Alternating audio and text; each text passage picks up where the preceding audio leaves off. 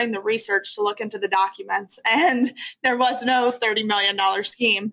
But I just appreciate the administration looking into it and seeing the faults within our case, the corruption, and just the weaponization of the DOJ. So we are just so excited and moving forward. Obviously, getting them home the past 2.5 years, I have fought. Like, that was my number one priority, was getting my parents home. But now that they're home, now we move on to all the other men and women that are in the system and getting them home. And I know we're going to continue to work. We're going to be in DC, and mom and dad are now along for the ride because we're not leaving those men and women behind. There's too much work that needs to be done. There's too much reform that needs to be done. So we're just super excited. And from, the media in Nordstrom yesterday.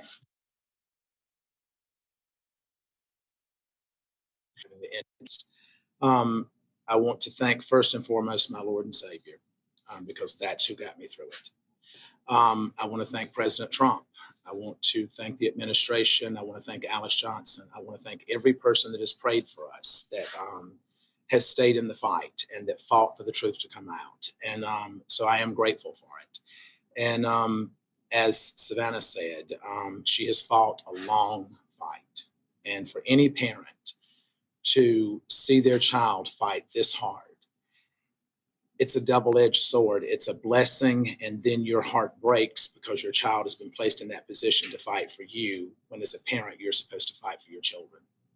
So I will always be grateful to you from the bottom of my heart. We've had wonderful legal representation, maybe not in the first go round, but certainly when you picked up. And we're certainly grateful to you, Alex, and to you. This is the better looking version of our team. So, we're grateful for everything that has happened thus far. And as bad as this experience has been, there's also been a lot of blessings to come from it. I have met some wonderful men. I have listened to some horrific stories about things that have gone on in our system. And whether you believe it or not, because I was you at some point, even though this pardon has happened, I still was convicted of something that I did not do. It could be you. It could be you. It could be any of you.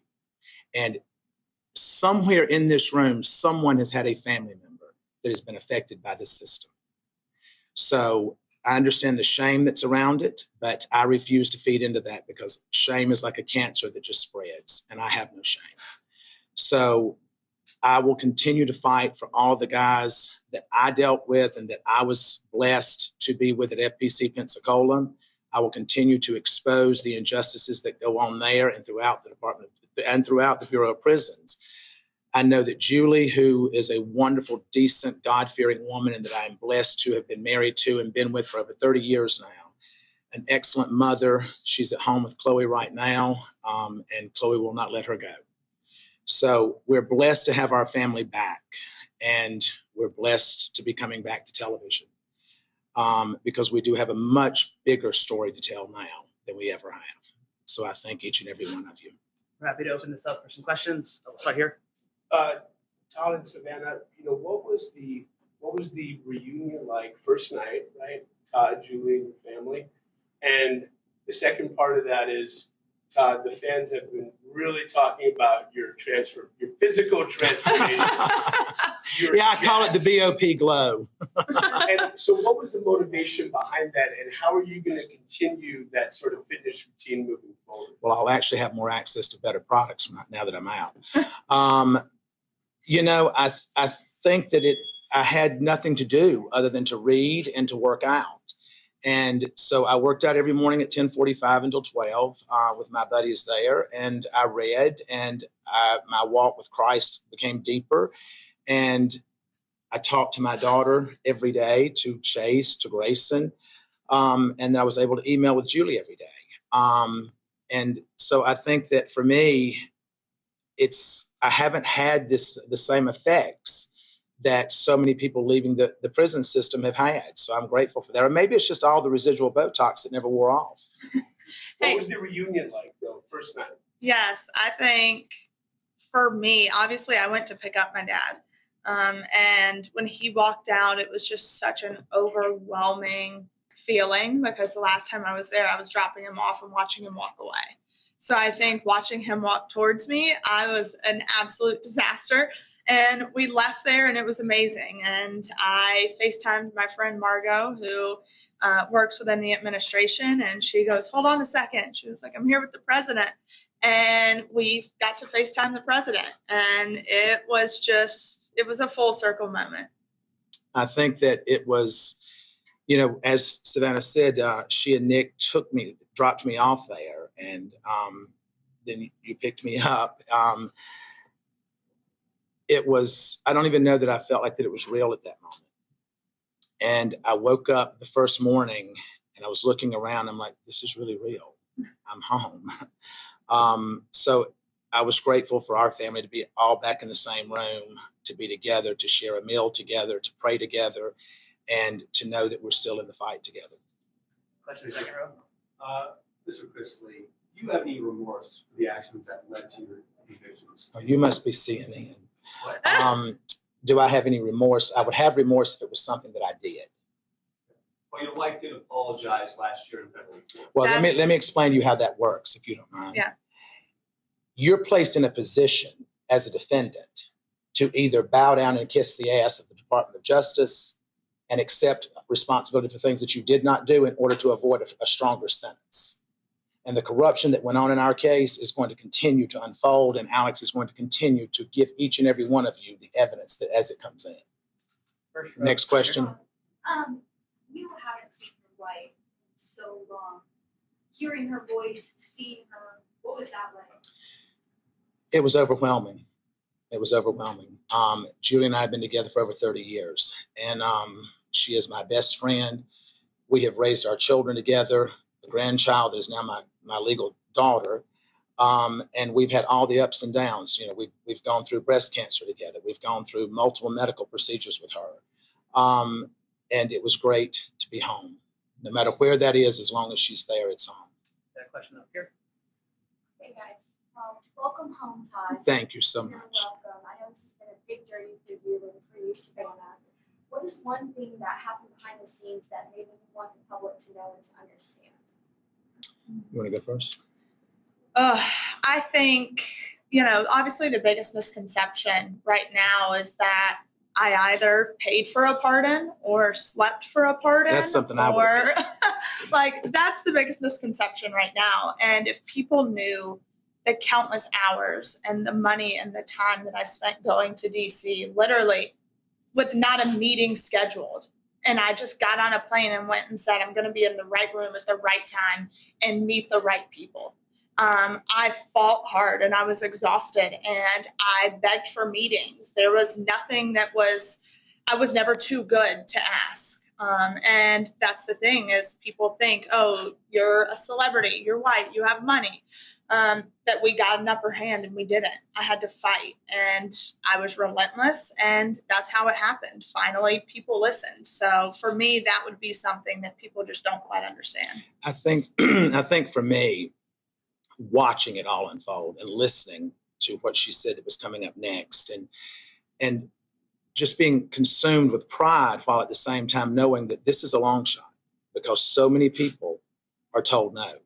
And being in the prison system, anyone that says that it's a fair shake, it's not. Because I dealt with young African-American males in the prison that I was in that were not treated the same. They were denied programming. They were denied access to certain things. I was not denied that, but we know why I wasn't denied that. And so I think that is a much bigger picture that we all as a society as a whole need to look at, that we are one. And whether you're Republican, Democrat, or whatever, at the end of the day, when you're in that hospital, you don't care if it's a Democrat treating you or a Republican. Now, some of you may, but I want whoever's going to be the best person to do that. You. Thank you.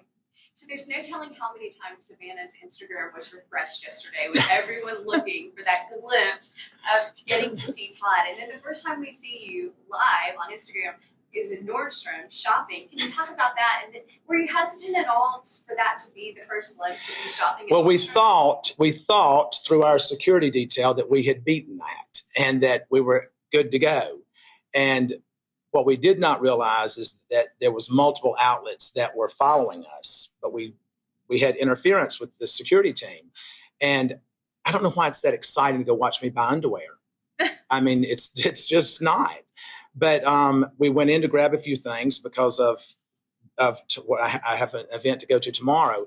And then we look up and this people in Nordstrom's coming and saying, you need to understand that the press is here. The press is here.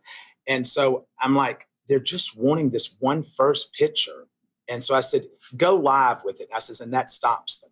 And so that's what we did. Are we going to go front? It did. We're Hey. gonna go down to the front and then the back. But What do you have to say to the people who say you were only pardoned because of your status? I understand it. I understand it. That's not something that you can look at and say, well, that had nothing to do with it. I don't know if it did or if it didn't, because I wasn't involved in the process. But what I can tell you is that I believe in our President of the United States, and I believe in his commitment. When he created the First Step Act, that was to help incarcerated individuals. It was not adhered to by the Department of Justice. And the entire time during the Biden administration, it was not adhered to. So to hear him say that it is now going to be adhered to and Pam Bondi is going to make sure of that, literally since Pam Bondi has stepped in, now the Bureau of Prisons have been given a directive through a new director who I have such a huge amount of faith in, William Marshall, that he is going to make sure that the First Step Act is implemented, and these men and women are going to get the credit that they're supposed to be getting. They're going to get the training and the education that they're promised, and they're going to be given a right to go back to their families in a speedier way. So I do understand that, and if that's the case, I don't know how to address the fact that if it is the case, but I'm grateful to God for whatever reason it was that we were able to obtain it. far end first. Hi, we know you've called the Nashville area home for a few years, having a home in Brentwood, Bellmead. What's your plans for potentially keeping the life here in Nashville and keep We do have future plans. Nashville will always hold a very special place in our heart. But we have other plans. plan to stay here? We will probably always have a presence here. I don't know that we'll be here full time. Back row. No, Yeah. you. So after people have been incarcerated, a lot of times they say that isolation and that feeling almost of not being able to associate with family and friends, almost for them feeling like part of a death. And then having them come back is almost like a second chance. Now that you have all this new understanding and experiences, really having that conversation with people in very different ways of life, how do you plan to use your platform and just share different messages if you do, now that you're continuing to have this TV show? This will always hold this. You can't go through what we've been through and walk away from it. I'm fortunate, so is Julie, that we never lost contact with our children. Julie and I emailed 10 times a day. And I think it's also important to understand that I was at a camp. It was the brokest child camp that you can go to. The accommodations were not great, but it, needless to say, was a camp. It was a former military base. So we had free access to walk, and we had a track and a weight pile, and we had things that we could do. But there are men there that after, I think statistically, after the first 2 years, people lose contact with their loved ones. And that I can't even imagine how that must feel. But at the same time, I think that we at this point, God has said, when you know better, you do better. And it's our job at this point to expose all of that and to try to make those men and women's lives better if we can. And that's what I plan to do.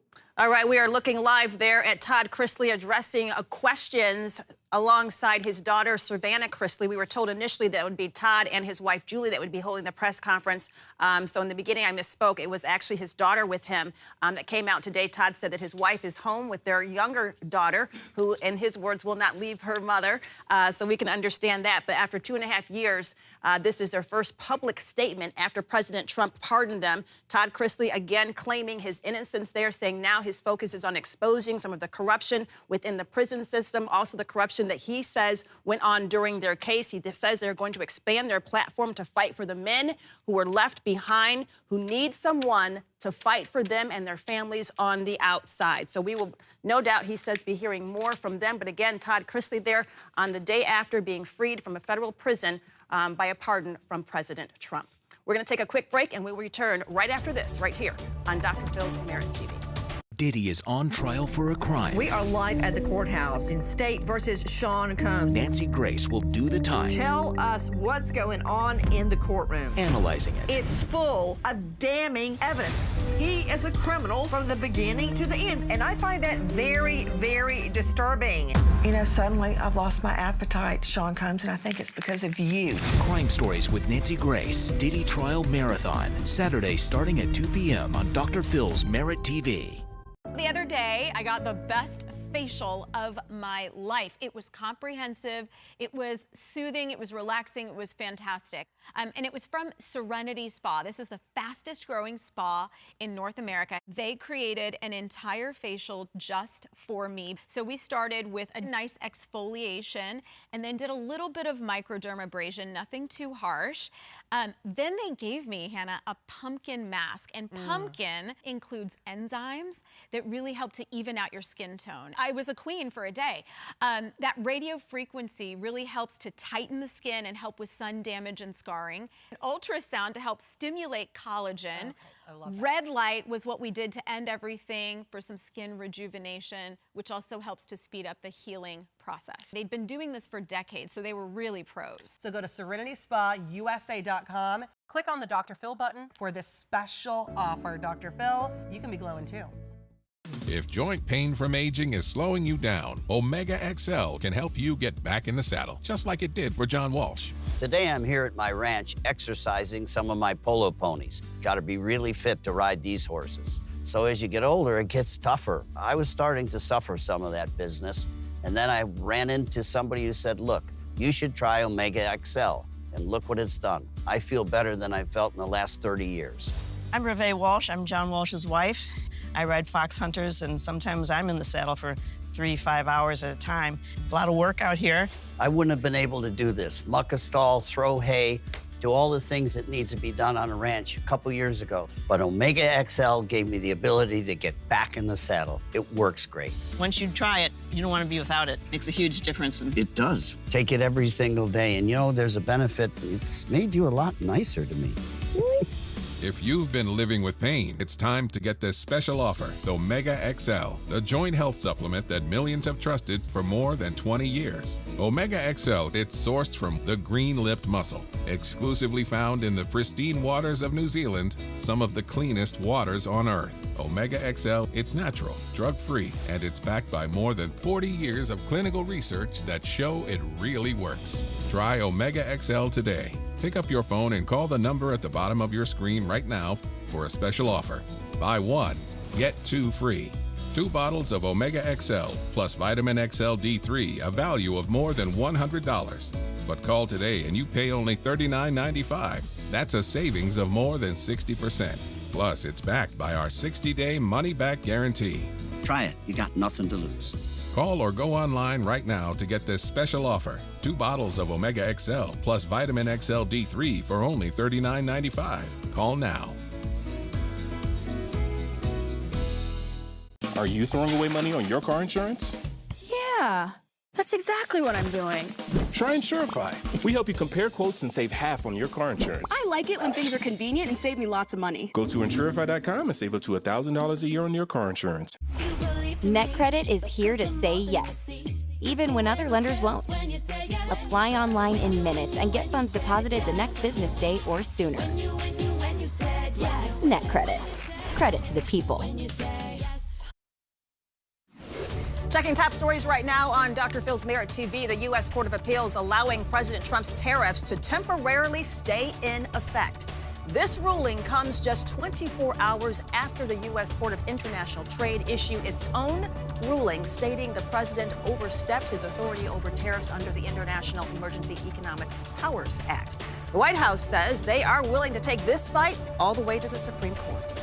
And the White House now is preparing to bid farewell to tech billionaire Elon Musk. Later today, President Trump will hold a press conference thanking Musk and marking his final day heading up Doge. President Trump announcing the send-off on Truth Social earlier today, writing, "This will be his last day, but not really, because he will always be with us, helping all the way." And 63 million people are under weather alerts at this hour, from severe storms on the East Coast to scorching heat waves raging in the West. It is going to be a weekend of wild weather. Some of that weather already, as you can see right here, look at this, already caught on camera. This is a time lapse of storms rolling over Laverne, Oklahoma. You can see the intensity of those clouds. We want to bring in our meteorologist right now, Dr. Jim Siebert, on this Friday. Talk to us a little bit more about those clouds we just saw there, Jim. Yeah, absolutely. So that's a shelf cloud. So when you see that coming, you can expect some very strong winds, possibly large hail with something like that too. Hey, you're right. We've got all kinds of things going on. The heat wave out here to the west is still going to go on. It's actually expanded up into parts of Oregon, Idaho, and Montana. And this is a familiar scene also. Here comes another frontal boundary. So we're going to see the chance for severe weather on the East Coast and down into Texas for today. So it's exactly where it's been all week long. So it really hasn't moved all that much. On Saturday, it starts to break up, but we still have some pockets of issues for the possibility of severe storms on tomorrow. And then even on Sunday, going into Monday, we'll start to see some more showers and storms again in this part of the country. Now down here out to the west, this is Alvin, tropical storm, big area of low pressure, which is also one of the reasons why we've been seeing all that heat up to the north. Well, that low is also going to push that moisture, that instability, what's left of the storm system once it breaks up, bringing moisture into parts of Arizona, New Mexico, and Texas going into next week. And that's going to bring some pretty active weather out there. Well, on the bigger picture, another system probably behind Alvin could develop in the next week or so also. That's about a 20% chance at this point. The good news is, at least in the Pacific, from the Pacific going into the Atlantic, nothing expected to develop here as we officially get underway this weekend with hurricane season in the Atlantic Sea Basin. So, Fanchen, again, more active weather. It seems like just more of the same as we head into the weekend. All right, we'll pray that everyone is safe and sound as they prepare for the impending weather. Jim, good to see you. Happy Friday. Have a great weekend. Joe? Well, this is always a good thing, a new push to support our military and their family members following Memorial Day.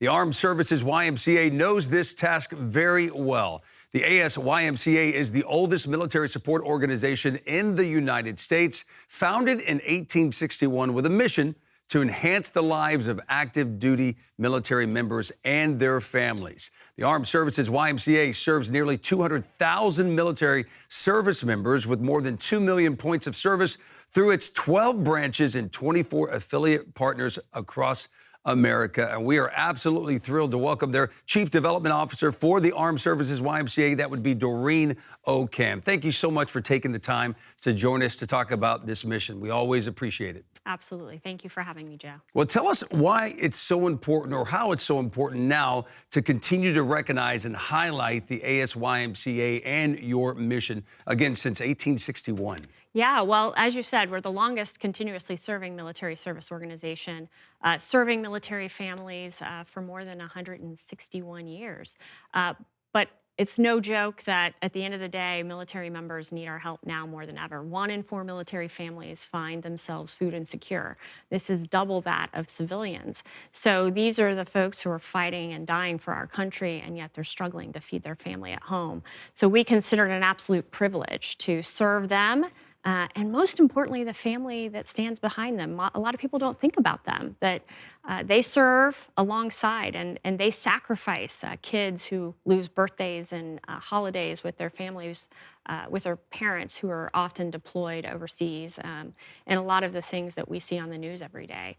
So we consider it a privilege to serve those families alongside the service member themselves. One of the ways you're serving is you guys have your flagship Boots of the Brave Gala tomorrow night in Dallas, Texas, just right down the street here from Merit TV. A name synonymous that the people would link to military members and the support is Bush. Tell us who is hosting this event tomorrow night. That's right. A lot of people don't realize that Walker Bush, grandson of H.W. Bush, nephew of George W. Bush, served in the United States Marine Corps.